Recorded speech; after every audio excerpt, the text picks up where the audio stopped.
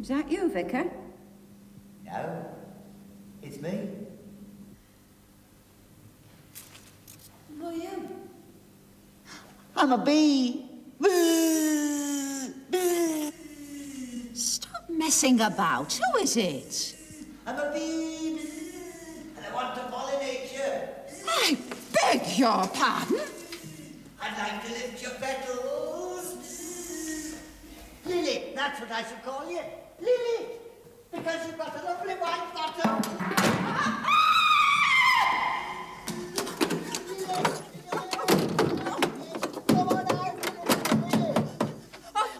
Are you aware? This is a church. And someone is watching. Yes, of course she is, and she's got a lovely white bottom. And I'm going to fertilize her. Fertilize her.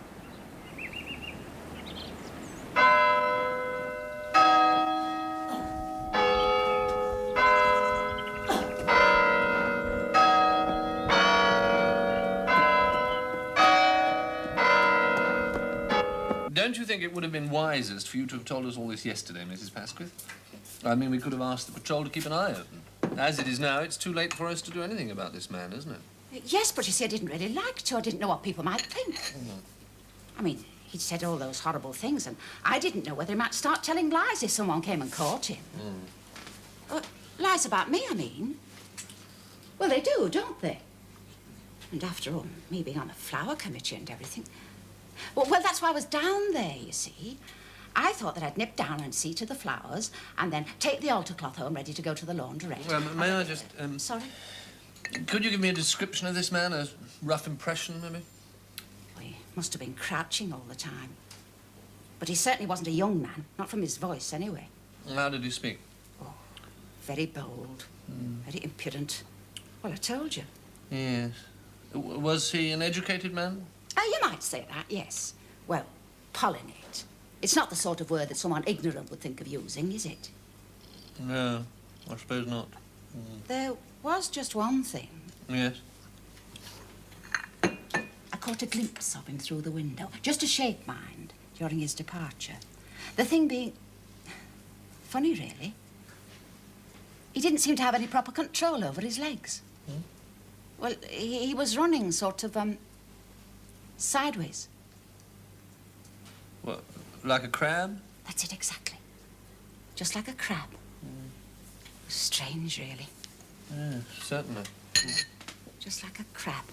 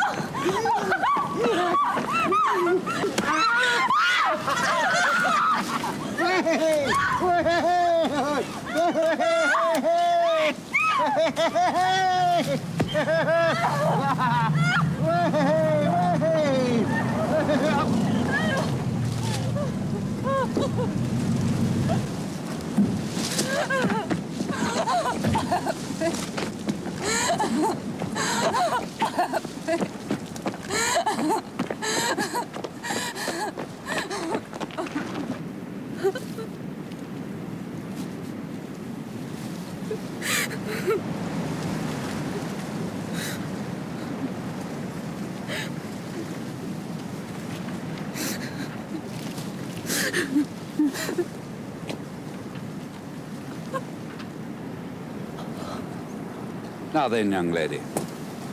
Come. Where is he?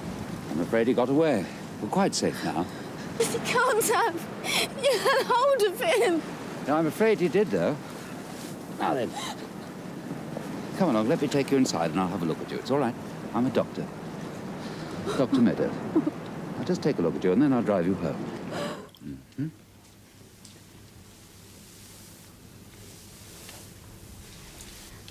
Hadn't you better ring up now? Hmm? The police. Ah. They might still catch him if you get onto them straight away. No, no, no. You mustn't worry.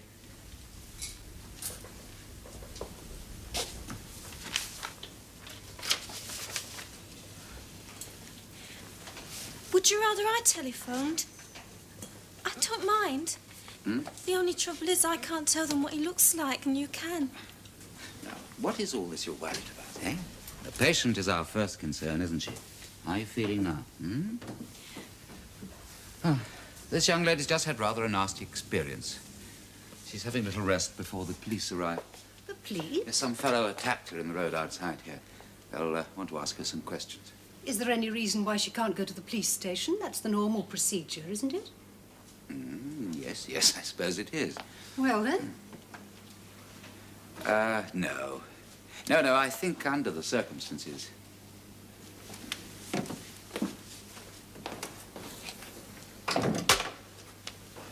Now, are you quite sure you want the police brought in all of this? Quite sure, thank you, Doctor. Mm-hmm.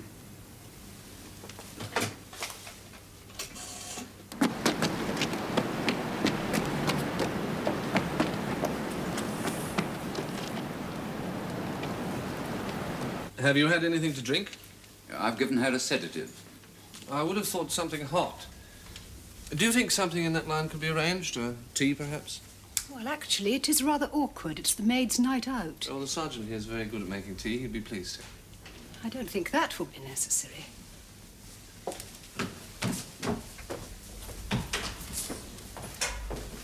Do... Oh, by all means.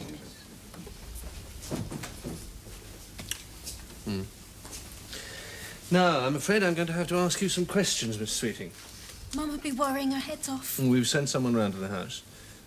Now, can you give me any sort of description of the man? I can't, no. Except he was old. He felt old. Smelled old. Apart from that, the doctor can tell you. He saw him. Oh. Yes, that's true. Quite true, but not his face. But you couldn't recognize him again? No, sorry. that was the way he ran. It was sort of funny. Sideways, like a crab. Just like a crab. Morning. Morning.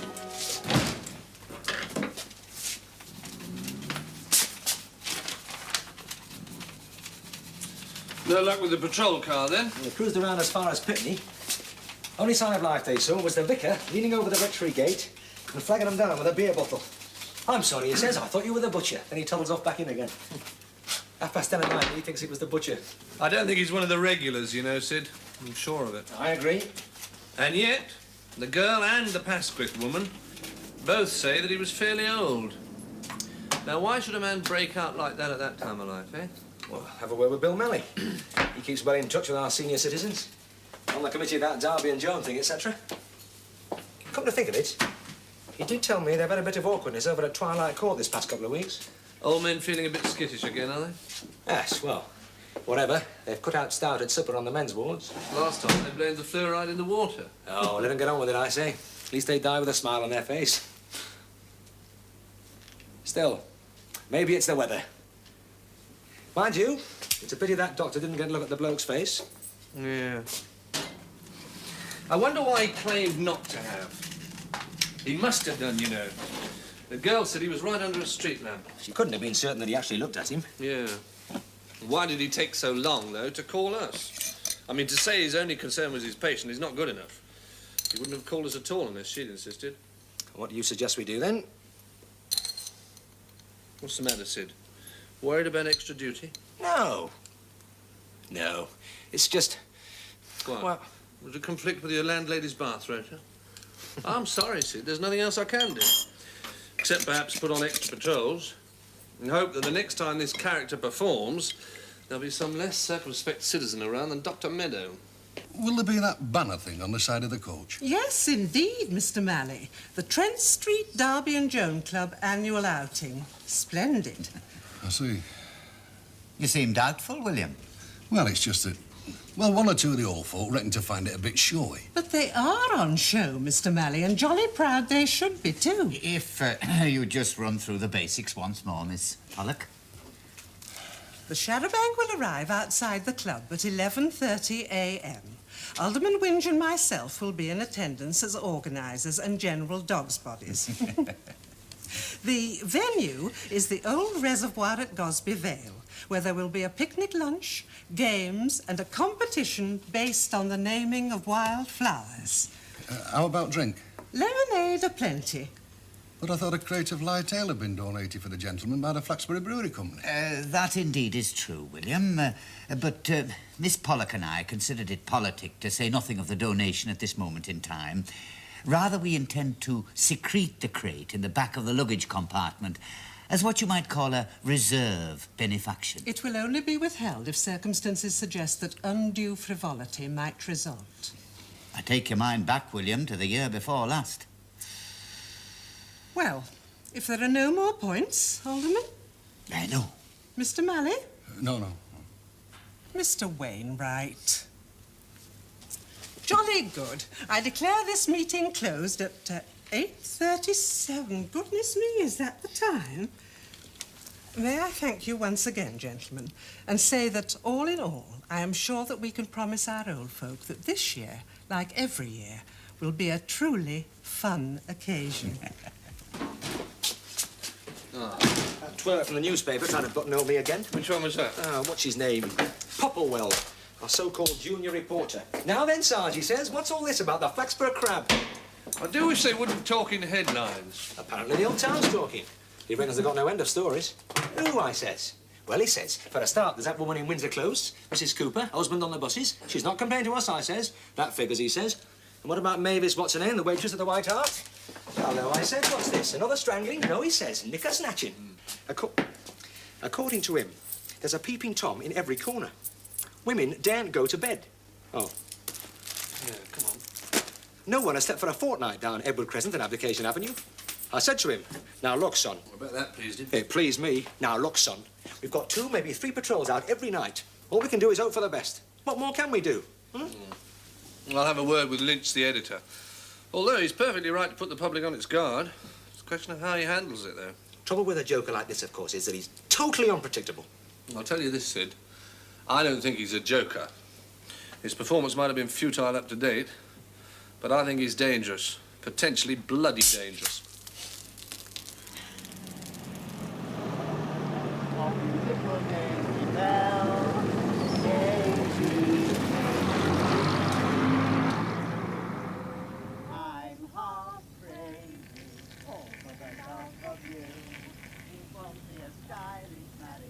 But I can't afford a carriage. But you'll look sweet upon the seat of a bicycle made for two. Oh. Well, perhaps it's a little early for us all to be in good voice. Well, never mind. What about a round or two of I Spy? What about our beer? No, wait a minute. I spy with my little eye something beginning with... With B for beer. Something beginning with C. Cow. Oh.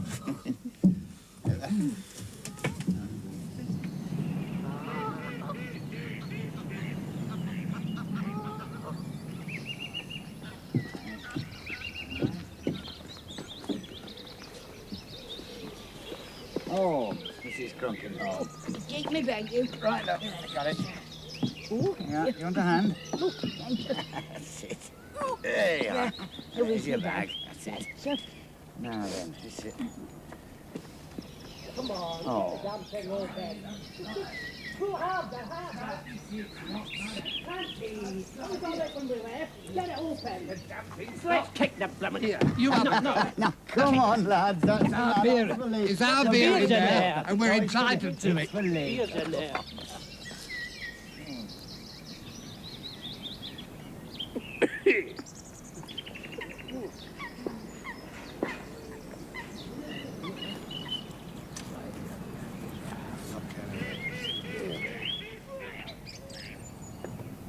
There we are, then. Look, I'll put them down on the table for you. Pay attention, everybody. Pay attention. Before our little feast, some of us picked lots of absolutely lovely flowers. And we must now see, mustn't we, how many of them we can name. Now then, I shall pick up each one of these nice little flowers in turn, and I want you to call out its name. Mr. Winge is going to keep the score, aren't you, Mr. Winge? That's right. So that we shall know who gets the most right. Ready, everybody? Now then, here's an easy one for a start. That's not but a poor little piece of bed. Well, actually, I would have thought... That's what that is. The old country name, I expect. What's this one called, I wonder? Tickle titty. That's what that is, me old duck. Poke me gently. Always very good for green sickness, my old mother used to reckon. Wouldn't some of you other ladies like a try? What's this one called, I wonder? Old man's vomit. Don't want to get that too near your dress, duck. Now, I think what we all need is a jolly good game to settle our splendid luncheon. How about a nice game of hide and seek? Now then, the ladies will hide, as they always do, and the gentlemen will seek. Now then, we'll give 5 minutes start to the fair sex. Right then, ladies, off you go, off you go. I think some of the poor old dears are a bit slow in getting into the swing of things. Perhaps it's up to us to give them a bit of a lead. Now, if you, dear lady, will go into that little thicket over yonder, I'll give you a few moments, and then I'll pretend to look for you. Will you do that? Capital. Right then, ladies, off we go. Off we go. 1, 2, 3, 4.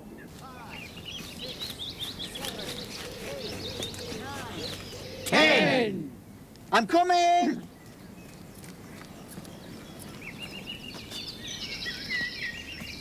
Where are you?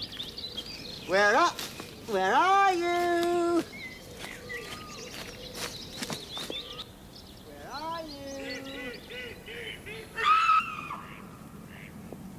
Got her.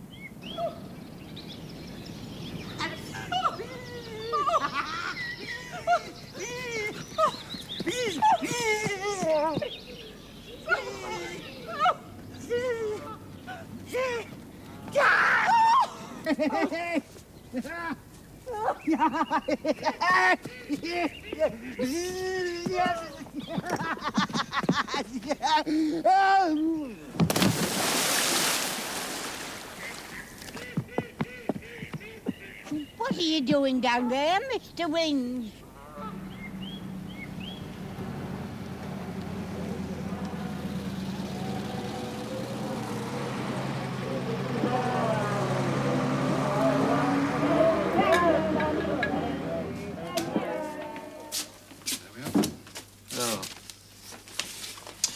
Very tempting to conclude, wouldn't you say, Bill, that the Flaxborough Crab, so-called, is no more.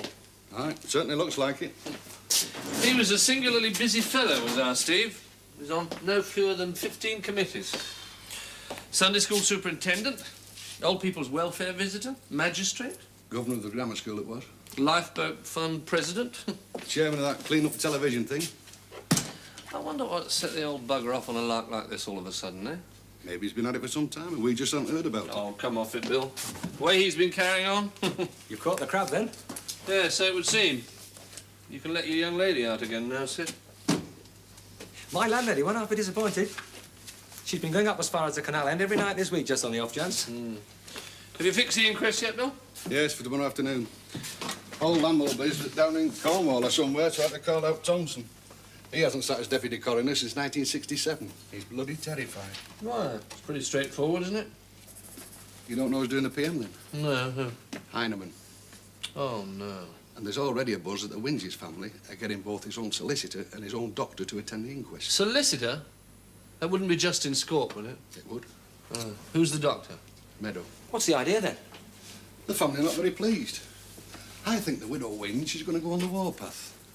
I fancy they'll be putting Meadow up to say that the old man was suffering from something or other that caused him to be unaware of what he was doing. You know, all very sad. Still, a sight more respectable than jumping on young women just because he felt like it. Thompson, Heineman and Meadow. They're all doctors, you see. So what? So they ate one another's guts, that's what. Doctor, you conducted a post-mortem examination on the body of the deceased at Flaxborough General Hospital, I understand. Exactly, that I have done, yes. The deceased was a well-nourished male person, aged about 60. There was some evidence of circulatory deterioration, but no more than was to be expected in a man of his age. All organs were in a comparatively sound condition, and I was unable, by standard pathological techniques, to detect any significant degree of physical regression attributable to the age factor. I was able to eliminate the possibility of intervention in the form of incision, ligature, toxin, or concussion. The deceased had ingested between 6 and 7 ounces of protein and carbohydrate with traces of mineral compounds, not more than 1 hour previous to death. No part of the contents of the stomach was inconsistent with normal nutritional processes. I had observed a bruise together with adjacent abrasion in the upper area of the left hip.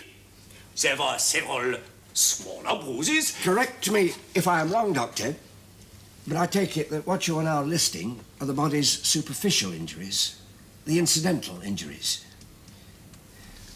You do not suggest, do you, Doctor, that the injuries you were describing were contributory to the man's death?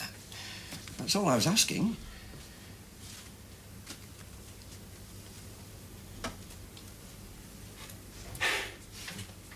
I examined the brain of the deceased and found it to be in reasonably good condition for a man of this age. However, in my investigation of the cranium, I did find clear indications of grosse bias syndrome. Paragraph 5. Are you in a position, Doctor, to suggest a cause of death? Cause of death? But drowning. What else? Thank you, Doctor. You might have mentioned that earlier. Now, would anyone like to ask Dr. Heineman any questions? Inspector? Dr. Meadow? Mr. Scorp, you represent the family of the deceased, I understand. If you please. Well, is there anything you would care to ask this witness? A couple of points, Doctor, if you wouldn't mind. Please. You say you found clear indications of a certain neurological condition known as grosse bias syndrome. That condition being, in the language of a layman, a disturbance of the brain, eh? Of the central nervous system. If you please, of the central nervous system. Thank you. Now, Doctor, could you tell us what special characteristics would be shown by a person suffering from that syndrome? Of course. One, he will have troubles controlling the balance, particularly in moments of stress or anxiety. Two, very probably he will have parapsychotic reactions to sexual stimuli. Three, a well-recognized symptom of grosse biarism is the patient's euphoric, I could even say hallucinatory, estimation of his own physical potential. In other words, Doctor, the unfortunate man would not only lack what we sometimes call moral control, but he would also have an exaggerated idea of his own vitality.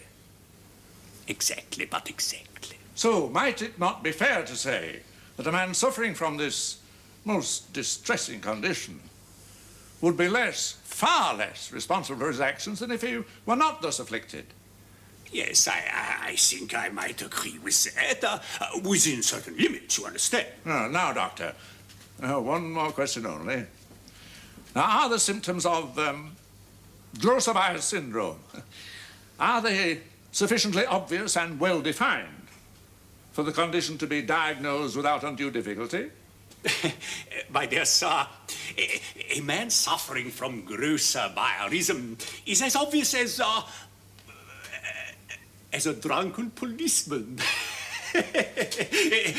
If the inspector will pardon the expression, even the most incompetent general practice fellow could not fail to see it. If you please. Thank you, Doctor. And now, Dr. Meadow, you also have other matters to attend to, I feel sure. You're under no obligation to offer evidence unless you think it will help this inquiry. You wish to be sworn?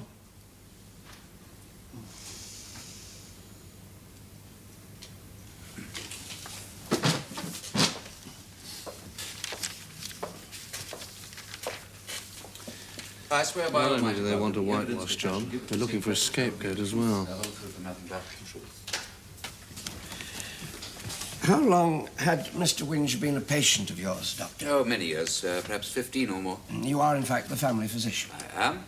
Had you, in general, always considered him to be a fairly healthy man? With minor exceptions, yes. Right up to the time of his death? He exhibited no symptoms of serious illness. How serious, Dr. Meadow, would you consider the condition described by the last witness as the Grosser syndrome? That would depend upon the context. Very well. Context of Mr. Winge, then. I'm not convinced that it would be proper to divulge findings arrived at in the privacy of the consulting room. You have heard of the Grosser syndrome, Doctor? Well, I think I may say that I am as familiar with that condition as you are, Doctor. In that case, I needn't ask you if you applied the appropriate medical regimen. You need not.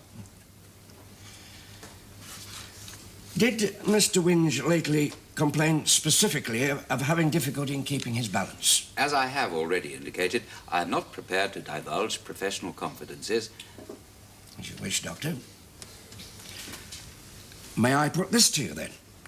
Were you surprised to hear Dr. Heinemann refer to the symptom of imbalance in connection with Mr. Winge's complaint? I should be surprised by nothing that Dr. Heinemann saw fit to propound. Whether I agree with it or not is quite another matter. What do you mean by that? We're both doctors, aren't we? There is one further question it is my duty to ask you, Doctor. Was Mr. Winge undergoing, to your knowledge, any form of medication at the time of his death? He was. Of what kind?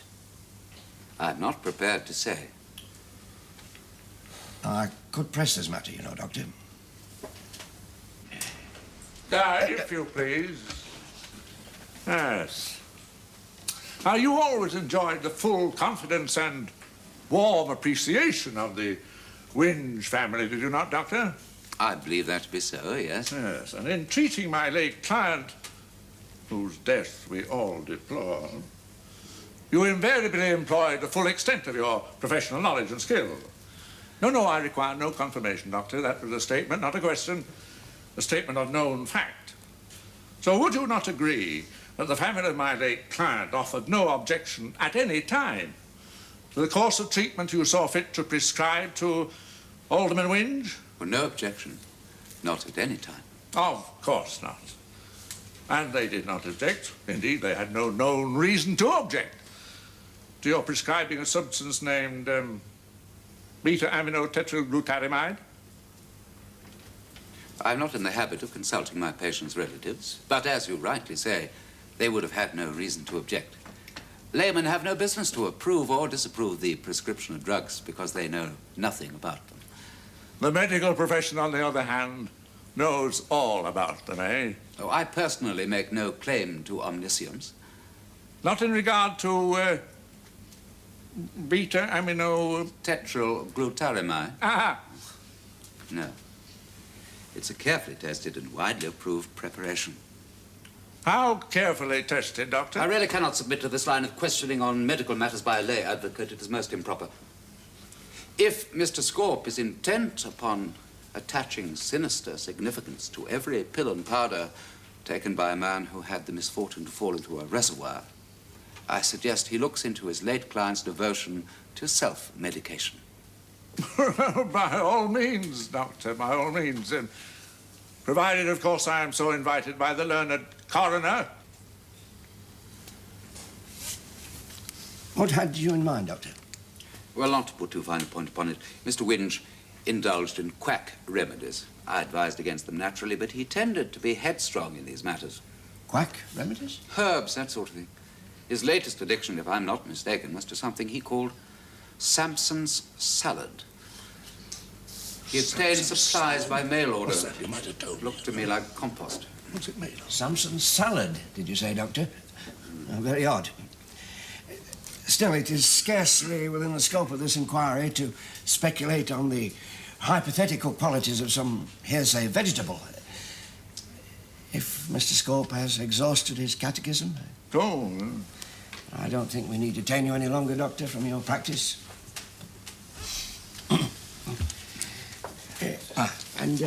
Now perhaps we should hear what Miss Bertha Pollock has to tell us. Would you kindly call Miss Pollock, Sergeant? Miss Pollock?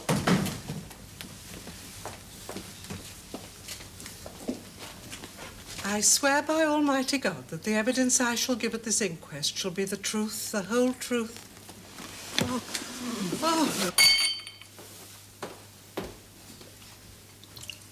Well, how did it go? Oh, the usual bunch of jumped-up little clerks trying to impress each other. To hell with this stupid interference.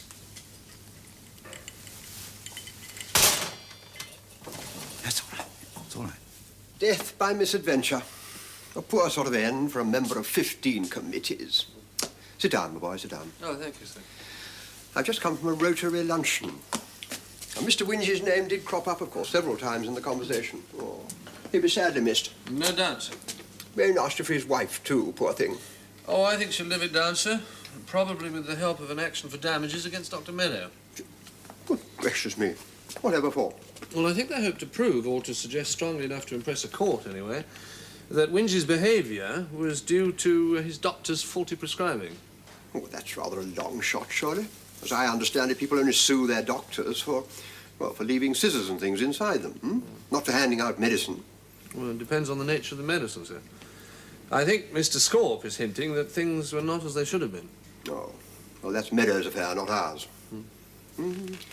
These night patrols, Mr. Purbright, you're quite happy about dropping them now, are you? Aren't you, sir? As long as you're absolutely convinced that poor Winch was responsible for all these, well, these unfortunate incidents. Well, I don't think there can be any reasonable doubt, sir. The behaviour pattern was the same in every case. Yes, you don't think we ought to check back, as it were, Check each incident against Winch's availability at the time, huh? Well, he won't be accused officially of any of these things, sir. So there'll be no question of a miscarriage of justice. In any case, reluctance to speak ill of the dead is very strong in Flaxborough, as you've no doubt noticed yourself. Yes. Oh, well, it's probably just as well things turned out the way they did. It's strange, isn't it, how these little mishaps sometimes turn out to be blessings in disguise? Yeah. Yes. I think I'll celebrate with a spot of gardening. Oh. After all, sir, policemen really benefit from strokes of fate. More often than not, we have to clean up after them. And as you say, this providential little side swipe has saved us all a great deal of trouble. I think we can safely say that we've heard the last of the Flaxborough Crab. Oh, Flaxborough. I do wish the newspapers wouldn't coin these offensive catchphrases, Mr. Purbright. Mr. Winch fell from grace into a reservoir, poor chappie. But nonetheless, he had a very distinguished record, Mr. Purbright. Well, versatile, certainly.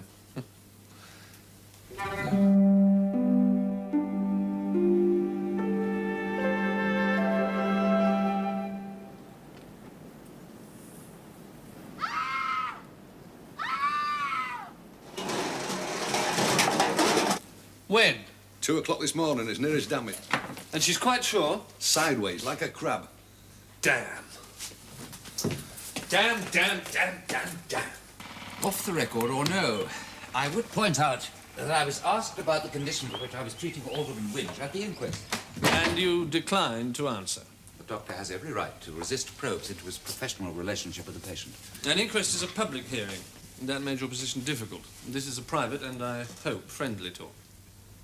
How do you? Oh, thank you. The patient is dead. Do you not think that ethics might be slightly relaxed? You've seen the post-mortem report, I suppose? Yes, of course. Could you tell me whether it squares with your knowledge of Winch's condition, the what's-the-name syndrome? Well, I'm not a neurologist. If I do have a special field, it's geriatrics. Not that all my patients are elderly, of course. Winch was getting on, active, but getting on. Mm-hmm. I presume you prescribed accordingly? I did. Tonics, that sort of thing? Well, the modern equivalent. Vitality is very easily regulated nowadays by an appropriate drug regimen. The process is well proven. Is there no danger of drugs having unwanted effects? Every drug has side effects that are undesirable to a greater or lesser degree. No, what I'm driving at... What you're driving at, Inspector, is this. Do correct me if I'm wrong. Was I prescribing something for Alderman Winch that turned him into a randy old goat? May I phrase the question more delicately? Was there any possibility of Winch overdoing his treatment? Taking too many capsules, tablets, that sort of thing? Let me set your mind at rest, Inspector. The treatment which I prescribed for Alderman Winch was strictly controlled on a week-to-week basis. That's my invariable practice. It's a rule of mine, which is never broken. You see, Doctor, I'm a good deal bothered by a problem that I'm beginning to feel is as much in your province as it is in mine. So I must ask you to be more specific. Guesswork is not good medicine. I'll be perfectly frank with you, Doctor. When we learned of the circumstances of Winch's death, we felt reasonably confident that it was he who was responsible for the attacks on the women in the town. The medical evidence seemed to confirm that opinion. And yet, within hours of his death, a young and intelligent woman reported an incident that tallied in almost every detail with what had happened before. She described how the man ran away. Sideways, of course. Well, that's inner ear trouble. It's quite common. Yes, but you do see where this leaves us. I do see that you would seem to owe poor old Winch an apology. Not quite. There's no doubt that he made a determined attack on Miss Pollock. He may well have given in to similar impulses without our knowledge. What is now certain and very disturbing is that there is someone else, perhaps several people, given to the same kind of behavior. And he or they must be found. Yes, it's a very proper sentiment, Inspector, but I really do fail to see how I can help you. You can't give me any ideas why these people should be behaving as they are. Introduce them to me, and then I might be able to offer you some sort of enlightenment. Until then, I hope you're successful. Oh, we shall be, sir. Eventually.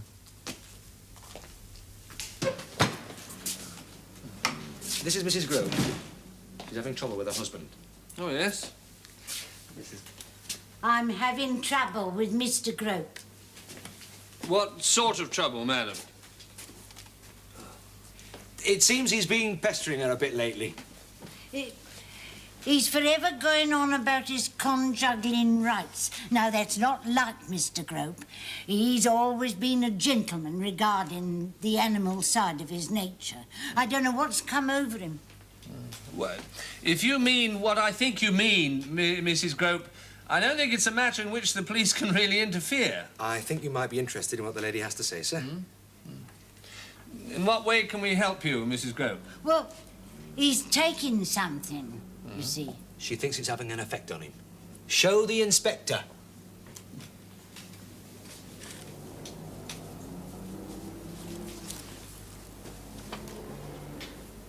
Samson salad.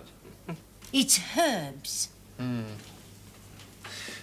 what way is your husband's behaviour worrying you, Mrs. Grope? Well, several ways. He's not really been himself since we moved to Flax, when he left the pictures. He used to be commissioner at the Rialto in Chelmsbury. Retired last year. Not the same man at all. Oh, I don't just mean this conjuggling rights business. I can deal with that. It's the other things. Just look what I found in the boot cupboard the other morning. Where did he get those, I'd like to know? Where indeed? Off some clotheslines, I should think. There have been reports.